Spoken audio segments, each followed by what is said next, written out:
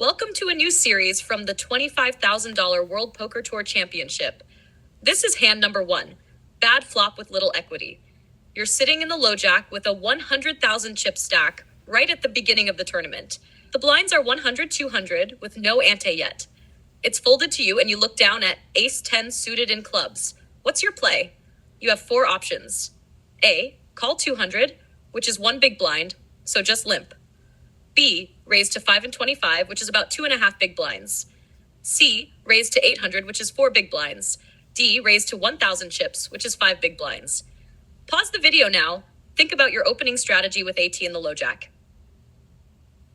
And when you're ready, hit play to continue. Welcome back. Looking at the hand evaluation, we can see that ace 10 suited is a strong opening hand. It's definitely a spot where we want to open raise, not limp. The real question is, to what amount?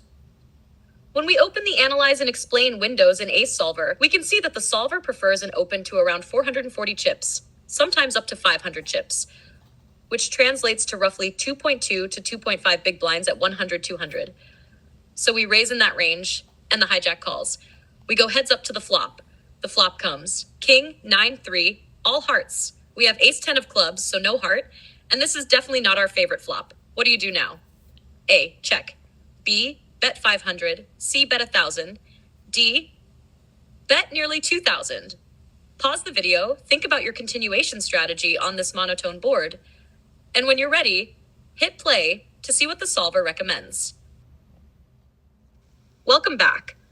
When we look at the hand evaluation, we can see that Hero only has ace high here, with very little going on this flop. On K9-3, holding AT, we basically have 6 outs. 3 aces, 3 tens, but 2 of those outs are dirty. If the ace of hearts or the 10 of hearts comes on the turn or river, it could easily be a disaster for Hero against a made flush. When we open the Analyze and Explain windows, Ace Solver actually prefers a small range c-bet most of the time, using ace high as a bluff with a bit of backdoor potential. The recommended size is around 30% pot, but you can also argue that checking around 35% of the time is perfectly acceptable to balance your range on this kind of board. In our line, we decide to check, and the villain checks back. The turn comes the 5 of spades. Same situation, same logic.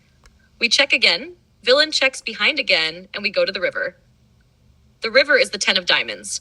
So now our ace 10 makes second pair top kicker on this board. What is your action? A, check. B, bet 500. C, bet 700. D, bet 500. Think about it. Pause the video now. And when you're ready, hit play for the final solution. WPT Championship, Hand 1, Final Part, River Solution, and Wrap Up. Welcome back. On the river, we improved to middle pair with ace 10, and in this situation, we almost certainly have the best hand.